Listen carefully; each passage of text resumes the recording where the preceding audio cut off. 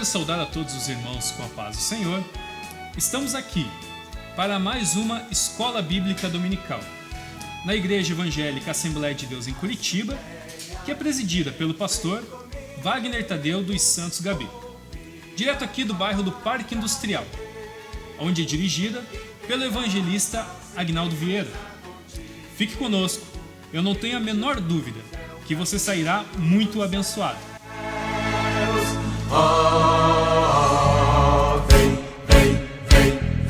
Vem Assembleia e louvemos ao nosso bom Deus Redentor. Estamos de volta com a nossa escola dominical. Hoje, domingo, 10 de maio. E comigo está o cooperador Juvenil Aquino, que será o nosso professor dessa manhã. Com certeza. Estará discutindo conosco, estará esclarecendo para nós os assuntos referentes à lição 6, que é a condição do gentio sem Deus. Vamos falar hoje desse mundo, da questão de como é a visão de Deus para os gentios. Mas antes de nós começarmos a nossa lição, eu queria lembrar a todos, sabe que dia que é hoje, Juvenil? 10 de maio, O que acontece hoje? Dia das Mães. Dia das Mães. Então, mandar um abraço já, um feliz Dia das Mães para minha mãe que está me vendo, para minha esposa, que também é mãe do meu filho, né?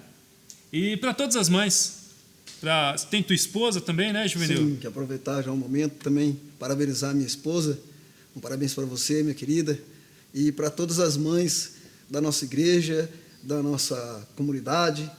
Sejam parabenizadas nesse dia. Um dia de festa, um dia de alegria, e queremos pedir que o Senhor abençoe grandemente cada uma de vocês que nos acompanham, que nos ajudam, que nos dá força, que ora por cada um de nós. Com certeza, sem as nossas mães, sem as nossas esposas, seria tudo mais difícil. O nosso mundo seria mais difícil, seria mais complicado.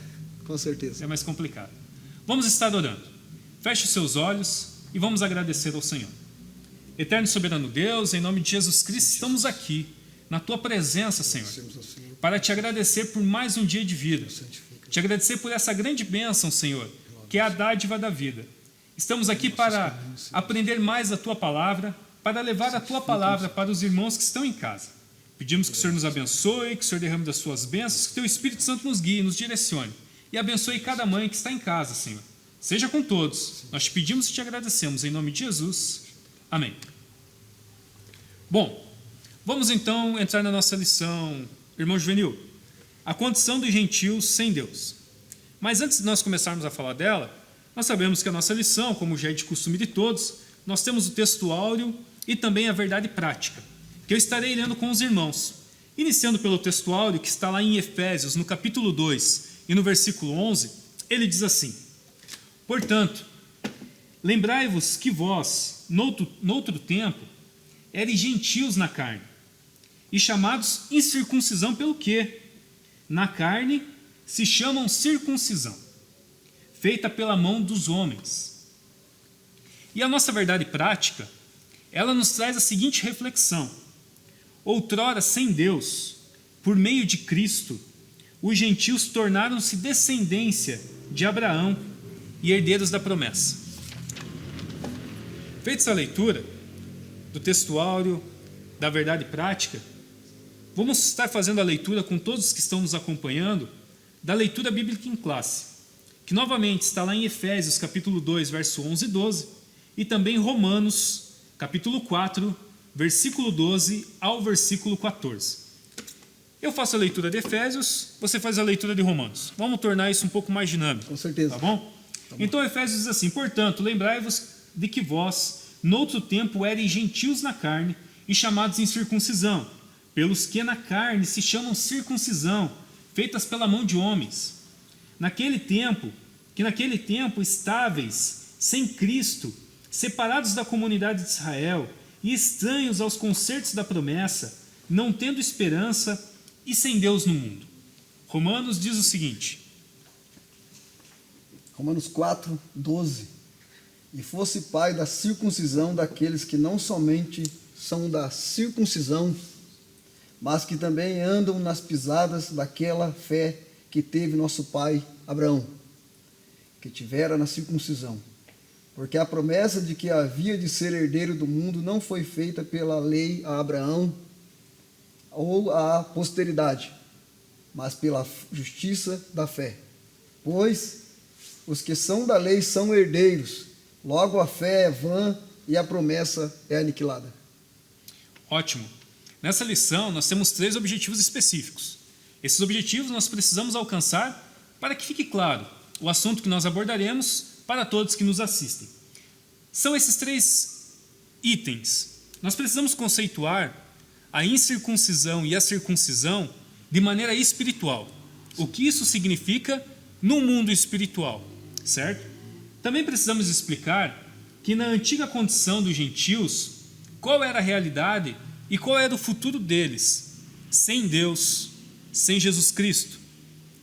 E a gente tem que deixar claro que sem Deus, sem Jesus Cristo, sem um novo concerto, essa aliança que nós explicaremos, o futuro dos gentios é o futuro dos judeus, o futuro de qualquer um que não conhece a Cristo é um só. Sim. Que nós estaremos vendo na lição, certo? Com certeza. Então, iniciando. Irmão Juvenil, comece introduzindo essa lição para nós. Do que nós falaremos exatamente no dia de hoje? Bom, Júlio, a lição ela trata da condição do gentio frente ao reino dos céus. Então nós vamos falar bastante coisas, bastante assunto referente à condição do gentio, ou seja, qual o papel do gentio e no contexto de Israel a respeito do reino dos céus. Então essa lição vai falar bastante coisa de Israel, ou seja, dos judeus, e também dos gentios, nesse contexto. Tendo dito isso, vamos iniciar a nossa lição. E para nós começarmos, irmão Juvenil, eu quero que você nos explique o que é, de fato, essa circuncisão ou a incircuncisão, o que vem a ser exatamente cada uma dessas características que o povo judeu adquiriu, o povo judeu teve, amando de Deus, Sim. E o povo gentil não tinha. O que é essa questão de circuncisão? Júlio, para nós falarmos da incircuncisão, primeiro vamos dar um conceito do que é circuncisão. Circuncisão nada mais é do que uma operação, uma prática que Deus ordenou ao povo para que eles fossem circuncidados, ou seja, o prepúcio do órgão genital deles ou a pele da extremidade do órgão genital deles fosse cirurgicamente retirado. Então esse é o conceito de circuncisão. Então, dito isso, a incircuncisão é ao contrário. E ela cabe, a circuncisão ela cabe somente para os homens judeus. Isso. Somente para os homens judeus. Isso. A ordenança de Deus ali para Abraão, a partir de Abraão, que ele fez um concerto com Abraão, é que a partir daquele concerto que ele tinha feito para Abraão, desde Abraão em diante, todo o homem que nascesse da descendência de Abraão em diante seria circuncidado. E só um adendo. Ao 8º dia, todo homem nascido no povo de Israel, nascido dos judeus, ou comprado, estrangeiro comprado, deveria ser circuncidado ao 8º dia. Essa era a ordenança de Deus e esse é o termo de circuncisão. Logo, a incircuncisão é o contrário. O povo naquela época, a nação dos judeus, o povo hebreu, enfim, todo povo naquela época era muito comum a questão de ter servos, a questão de ter escravos, a questão de ter pessoas dentro da sua casa, da sua propriedade que trabalhavam para si, pessoas adquiridas, Sim. compradas. Sim. Essas pessoas, quando homens também, deveriam ser circuncidados, assim como os judeus, certo? Certo.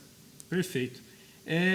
E quando nós falamos de circuncisão, nós entendemos que é um sinal, é uma marca que Deus trouxe ao povo seu, ao povo judeu. Sim.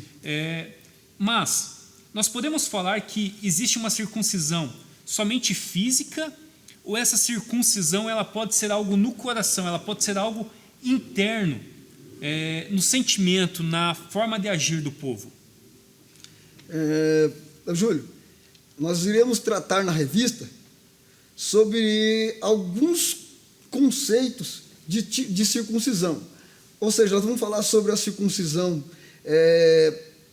religioso, no sentido religioso, vamos falar sobre a circuncisão no sentido do coração, o que ela representa, vamos falar sobre a nova aliança. Então, a circuncisão, ela foi fatiada aqui na revista para a gente entender ponto a ponto o que ela representa, não só para Israel, mas para um povo num todo, inclusive o que ela diz a respeito dos gentios. Então, Juvenil, você nos falou que existe 3 ou mais formas de nós interpretarmos a circuncisão. Sim. Você citou em relação à circuncisão no âmbito, no mundo religioso. Então me explica, de maneira religiosa, o que significa essa circuncisão para os judeus? Ele tem um significado religioso que aponta para a salvação, para a santificação, melhor dizendo.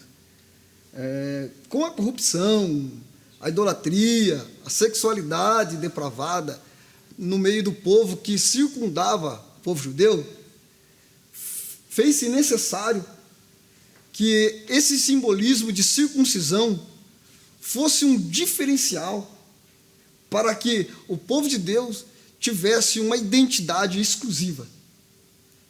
E nós podemos dizer até que ela era requerida por Deus. Deus requeria um tipo de santificação através do povo dele, dos judeus. Por isso que ele tinha um sentido religioso um pouco mais diferente do povo que circuncidava, do povo que estava ao redor de Israel. Então, Deus, no sentido religioso, queria, com essa circuncisão, dizendo assim, em outras palavras, vocês são meus, eu tenho uma aliança exclusiva com vocês, então vocês têm que se portar de uma maneira santa, santificado, diferente do povo. Então, esse era o sentido, simbolizava a circuncisão também, esse sentido religioso, um sentido de separado, santificado, exclusivo para o povo de Deus. E nós sabemos da disciplina do povo judeu, até os dias de hoje. É um povo que é admirável a sua disciplina, a sua forma de tratar as leis, as regras, o que é certo, o que é errado. Mas eu ouvi dizer que até mesmo os judeus, na época, evitavam sentar à mesa, comer, se alimentar com quem não era, com quem era incircunciso, né? Quem não era circuncidado. Ou seja, ter um jantar com um gentil, esquece. Eles levavam isso muito a sério, Júlio. Quando eles fizeram uma aliança com Deus, isso lá desde Abraão, Deus deixou bem claro para eles que, além de circuncidado, ou seja, a circuncisão era uma identidade não só externa para eles, era uma identidade espiritual, como eu disse, religioso. Então, elas traziam um diferencial para eles. Então, eles levavam tão a sério que lá em Atos 11:3... 11:3? Isso. Vamos abrir aqui. Eles diziam consigo, lá em Atos 11:3, diz que eles evitavam a todo custo a sequer comer junto com incircuncioso, ou seja, com gentios. Aqui diz assim, Atos 11, lendo do versículo 2 já, assim, quando Pedro subiu a Jerusalém, os que eram do partido dos circuncisos o criticavam, dizendo, você, Pedro, entrou na casa de homens incircuncisos e comeu com eles. Então aí mostra a revolta do povo judeu, o povo tradicional, pelo simples fato de Pedro ter sentado à mesa, ter se alimentado com pessoas incircuncisas. Isso aí mostra a seriedade que tinha essa tradição judaica para o povo. Sim. E essa questão da circuncisão, ela tem um efeito na questão do coração, na vida, nos sentimentos das pessoas? Como que eles lidam com essa questão? A questão do coração, Paulo, ele sempre reconheceu que os gentios não faziam parte, a revista nos aponta, da circuncisão. Ele sempre reconheceu nas suas mensagens, quando ele levava a palavra, que Paulo foi um apóstolo que mais falou do evangelho aos gentios. Essa circuncisão física, então Paulo deixava bem claro que os gentios não existia necessidade. Não é nem a questão, não existia obrigatoriedade, não precisava, esquece. Gentios não precisavam participar da circuncisão física. Na verdade, Júlio, é assim, ele ressaltava para eles, ele deixava claro nas suas pregações que, segundo a tradição, eles não participavam, eles não tinham direito nas bem-aventuranças, nas promessas de Abraão ao povo judeu. Ele deixava claro isso. Porém, Paulo também deixava claro que a verdadeira circuncisão não era aquela feita por mãos humanas, não era aquela uma feita cirurgicamente. Ele deixava claro que a verdadeira circuncisão era aquela uma que era no interior, aquela feita no interior, que era do coração. Uma mudança Uma de vida. mudança interior, que vinha de dentro para fora. Então, isso mexia, chocava com os judeus. E os gentios abraçavam o evangelho em detrimento dessa nova realidade. Entendi. Então, dessa forma fica claro, né, que essa circuncisão de fato era somente para o povo gentil, para o povo judeu. Sim. Para o povo judeu. O povo gentil não faz parte dela. E daí a gente pode pegar e caminhar no tempo, caminhar na história, vir lá dos patriarcas que praticavam a circuncisão, juízes, sacerdotes, reis, profetas, e chegamos no tempo de Cristo. E qual é essa relação entre circuncisão e a nova aliança? A nova aliança é uma coisa bem interessante, Júlio. Nós vemos na revista, e a palavra também nos aponta, que Paulo, nas suas mensagens, como nós havíamos dito antes, ele pregava, ele insistia em mostrar para os gentios qual era o papel deles frente ao evangelho em decorrência da circuncisão. E isso gerava um certo debate, porque Paulo pregava para os gentios que não havia necessidade de circuncidar.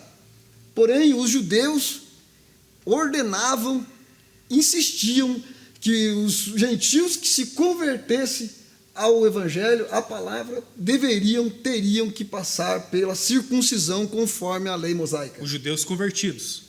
Os judeus convertidos exigiam que os gentios que se convertessem a Cristo também participassem da circuncisão. Exatamente. Porém, Paulo deixava claro que essa circuncisão, após o advento de Cristo, não era mais necessário, conforme a lei mosaica, mas sim o que vinha do coração. E isso gerou certos debates acalorados. A Bíblia e a própria revista nos aponta que em Antioquia, cidade que Paulo pregou muito, os debates eram tão intensos que chegou a ser criado o primeiro concílio da igreja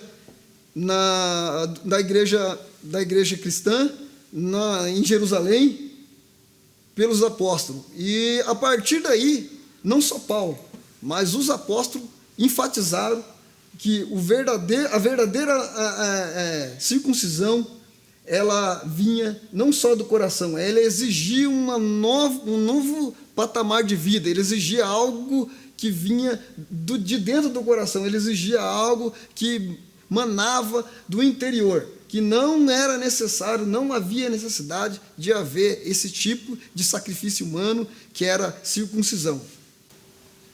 Justamente isso, e até Filipenses 3, no capítulo 3, versículo 3, ele vem nos dizendo, né, que a circuncisão somos nós, que servimos a Deus e nos gloriamos em Jesus Cristo e não confiamos na carne. Isso nos mostra, a palavra nos mostra que o que importa mesmo nessa questão de circuncisão ou não é realmente a mudança interior que Jesus Cristo, através da tua palavra, através do Espírito Santo, promove nas nossas vidas. Com certeza. Essa era a proposta, isso é o que Paulo veio trazendo para os gentios. Com certeza. Essa acho que foi a briga de Pedro, essa foi a briga de Paulo, tentando mostrar para os judeus da época que Jesus Cristo veio para mudar isso. Só que muitos não entenderam. Ele fez questão de enfatizar que na nova aliança, através de Jesus, o que importava era nós servir a Deus em espírito e novidade de vida. Isso que é o centro da coisa. Era o que importava. Ele deixou bem claro isso. E quando nós olhamos para a revista, os irmãos que estão com a revista e podem acompanhar, nós vemos que o tópico 2 ele fala estranhos ao concerto da promessa. E dele já começa falando uma vida em Jesus Cristo, uma nova vida ou uma vida sem. Na verdade, ele nos fala como seria essa vida sem Jesus Cristo. E eu quero pedir para o cooperador juvenil, para a gente já caminhar, nos fale isso. O que é essa vida sem Jesus Cristo? Quando nós olhamos para essa questão do que o concerto da antiga aliança falava de circuncisão, o que é essa vida sem Jesus Cristo? Paulo descreve na história que, na verdade, Paulo traz à memória que naquele tempo, isto é, antes da regeneração, eles viviam imersos no paganismo, né? E, portanto, sem Cristo. Isso significa que a religiosidade dos gentios era incapaz de inserir na promessa messiânica. Ou seja, eles, antes de conhecer a Deus, eles viviam no paganismo, ou seja, eles viviam com vários deuses, oferecendo sacrifícios a vários deuses, servindo a várias divindades.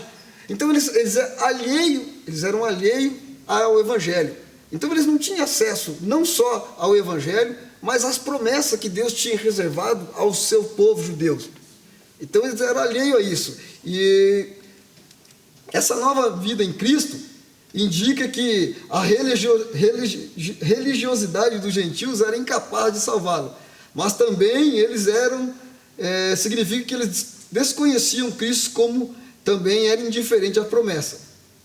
Então, essa nova vida em Cristo mostra isso, que a partir daí, quando eles tiveram acesso ao Evangelho de Jesus Cristo, Cristo mudou a história deles. Eles passaram de paganismo, de ser politeístas, servir a vários deuses, de oferecer sacrifício a vários deuses, para um só Deus, uma só fé, uma só justiça, um só amor. Essa é uma nova vida. Mas essa questão da religiosidade que impedia que eles enxergassem a verdadeira proposta e promessa em Jesus Cristo, proposta de salvação, uma nova aliança, isso acontece nos dias de hoje. Sim. Mesmo dentro das igrejas, acontece. mesmo dentro das nossas igrejas.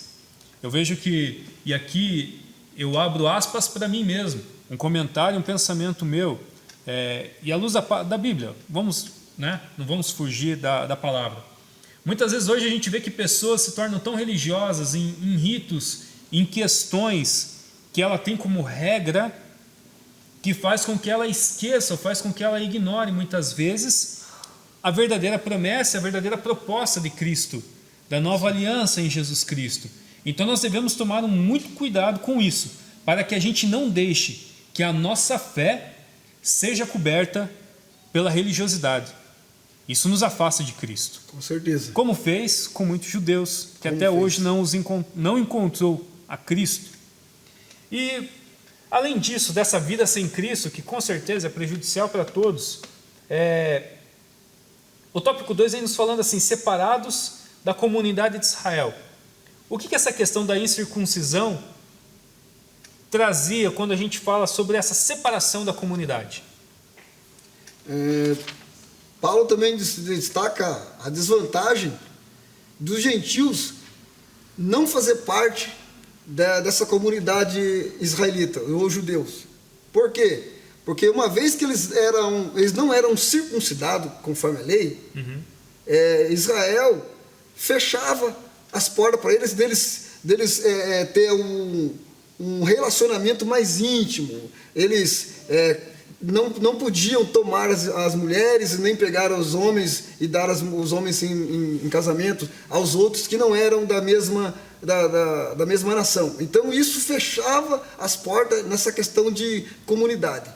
Então eles não tinham acesso a esse tipo de convívio com Israel, porque eles eram incircuncisos. Também ligado a isso, eles eram excluídos também de participar e usufruir das benéficas do Senhor, que a circuncisão trouxe a respeito de Israel.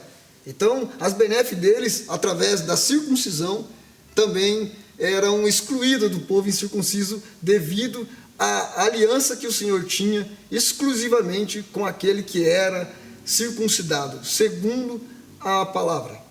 Como diz o subtópico 3, alienados ao pacto das promessas. Então eles tinham que seguir a risca, não podia pisar fora dessa linha, certo? Esse alienado aos pactos da promessa, Júlio, também está dizendo a respeito dos gentios. Os israelitas, o que acontece com eles? Eles tinham... O problema do povo de Israel é que eles sempre, por eles fazer parte do povo da promessa, muitas das vezes, eles não seguiam a lei à risca. E isso trazia algumas consequências para eles. Quando Jesus veio, a partir do advento de Cristo, Cristo deixou claro para eles que a religiosidade deles era impossível de salvar. Por quê? Porque eles queriam seguir a religiosidade somente na aparência, não na prática. Então, esse era o ponto central que Jesus debatia com os judeus. Mas, esse alienado do pacto da promessa que a revista nos aponta, é a respeito dos gentios. Uma vez que eles não eram circuncidados, eles não faziam parte do povo judeu, propriamente dito, em decorrência da incircuncisão. Sim. Em decorrência da incircuncisão. Eles eram alienados de participar do pacto da promessa feita a Abraão e os patriarcas. Então, esse ponto diz a respeito disso dos judeus. Eles eram alienados por eles não ser circuncidados dos pactos da promessa a Abraão. Então, para nós caminharmos já para o final da nossa aula, vamos falar sobre o tópico 3. O tópico 3 da revista, ele nos traz por título o seguinte: sem esperança e sem Deus. Ele nos traz 2 subtópicos, e eu tenho certeza que aqui nós vamos falar talvez da questão mais importante dessa aula, certo? Que nós vamos estar falando sobre uma vida sem esperança. Então, vamos continuar falando mais um pouquinho sobre a questão dos circuncidados, e que falta de esperança é essa? Uma esperança que nós conhecemos bem. Sim. Uma esperança que nós temos a plena convicção e certeza de quem é e onde está. E depois vamos falar sem Deus no mundo. Como é essa questão dos judeus, de quem participa da circuncisão e de muitos outros, que não tem Deus no mundo deles, não conhecem essa esperança que a gente vai falar agora. Então, Juvenil, para a gente concluir, fale-nos desse tópico e depois a gente conclui com uma jogada aqui de perguntas e respostas ou qualquer complemento que você tem. Esse tópico 3, que traz sob o título Sem Esperança e Sem Deus, ele traz mais 2 subtópicos, que diz desprovido de esperança e o segundo sem Deus no mundo. Desprovido de esperança. A palavra esperança traz a ideia de confiança na Escritura. Então, o principal, na Escritura, seu principal uso está ligado à confiança em Deus, através das promessas. Então, quando você diz, eu estou desprovido de esperança, eu estou desprovido de confiança em Deus. Então, ele traz esse ponto central. Se nós vermos mais para baixo, podemos ver assim que Paulo diz assim: podemos afirmar que os gentios eram desprovidos dessa esperança por causa de parte da filosofia grega que descartava a possibilidade de uma vida além do túmulo. Ou seja, os gregos acreditavam que não havia ressurreição. Então, baseado nessa filosofia, o povo que antes de conhecer Deus não tinha essa esperança. Porque os gregos acreditavam e pregavam que após morte não havia esperança. Paulo diz assim ainda: como a esperança é a âncora para a alma, os gentios desprovidos dela padeciam de medo e incerteza. Ou seja, aqueles que não conheciam a palavra do Senhor e só tinha embasamento na filosofia grega e outras filosofias pagãs, eles não tinham esperança. Não tinha, eles eram totalmente alheios à esperança em Jesus. porque eles não conheciam a palavra, não tinham aceitado ao Cristo da palavra. Perfeito. E quando nós falamos sem Deus no mundo, o que isso vem nos trazendo? Para nós concluirmos essa lição, fale-nos sobre esse tópico e podemos já fazer a conclusão, as suas considerações. Sem Deus no mundo. A expressão sem Deus no mundo não significa que eles não serviam ou acreditavam em divindade.